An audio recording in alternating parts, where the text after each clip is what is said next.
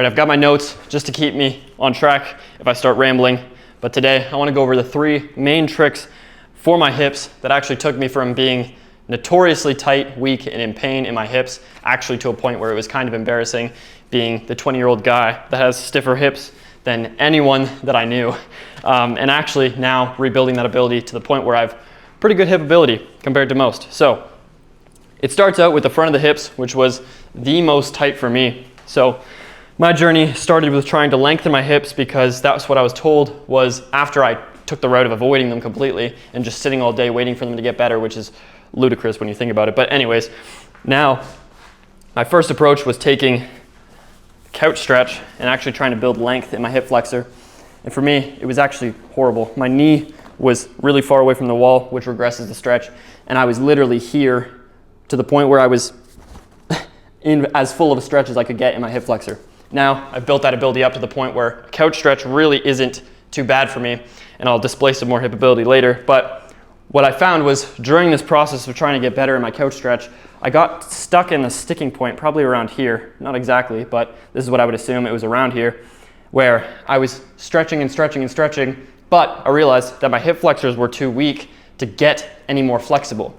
So strength will also limit your ability to get more mobile, in my experience at least. So at that point, I took my couch stretch and I kept doing it for sure, but I added on a layer of building up my hip flexor ability and gaining strength in my hip flexor just in a standing hip flexor raise like this. You can also do them hanging like this if you want, but I probably use this variation the most. And at a certain point, I wanted to get better. This is totally optional, but you can add additional load to your feet. You don't need one of these bars. You can do anything, strap some weight to your ankle, whatever, and then just start measurably building strength here.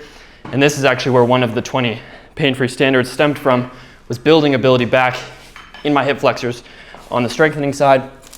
And then one of the flexibility standards is length in the hip flexor on the couch stretch, so that you can regain total hip freedom and use your hip flexors however you want, whenever you want, like this, without even warming up first. That's the goal. So we get rid of this mat for trick number 2, which is moving from the front of the hip to the outside of the hip. The outside of the hip for me was also super, super tight and weak, and I found that an incline bench is amazing. There's also non-equipment variations in the program, but an incline bench is the best for most people if you have access to it, because you can build the stretch part, right? Remember, because there's the strength and the stretch parts of this. So you can build a great stretch here and just support with your body weight. And then you can graduate to actually using your body weight to build strength in this outer hip. So my outer hip is solely responsible for keeping my entire body weight up because there's barely any use of the back leg. So building up strength here, the reason why an incline bench is great is because you can actually just incline it more and get less of a stretch and build strength from there, and then just gradually lower it and lower it. Now, that's trick number 2, outer hip. Front hip, done, outer hip, done. Back of hip, let's hit that. So, back of my hip journey was a long one, but it started with an elephant walk, and I shouldn't even demonstrate there first because that's not where I started. I started probably around here, and this was full stretch for my hamstrings, which is crazy, I know, but some of you are probably in the same spot where that is full stretch. So I built up my elephant walk here, and it's just one leg at a time, bending and extending one at a time, putting the stretch on each side individually.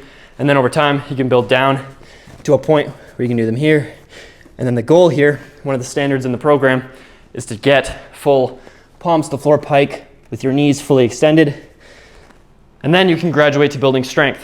So from there, and this is totally optional, but this is really what took my hips, the back of my hips, my back, my hamstrings to the next level, was actually building strength out of that fully lengthened position past ankles below toes. I don't know if this range is going to allow me to do it, but I'll just go full range with this block.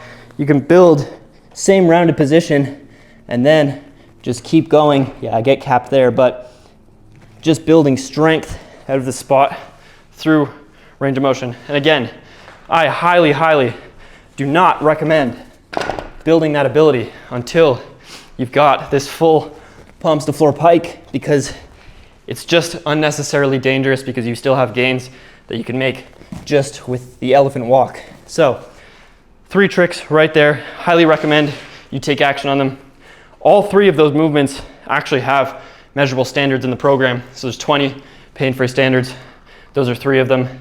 And we're building up to a certain level of ability in each one, which is all laid out in the program. And that's kind of where my promo comes in, is if you do want help on your journey, I recommend hopping on the program. It's some of the most unique programming on the net with customer service from me personally. And if you want to build up these standards with guidance, I highly recommend joining. If you don't want and you just want to try this on your own, I'm not going to blame you. That's what I did. Just expect for it to take a little bit longer to figure out the little details of each movement and how to implement them with every other movement. But anyways, that's all I got for today. I've got more solutions coming out every single day. So start taking action on regaining your hip ability, and I'll keep posting these solutions every single day.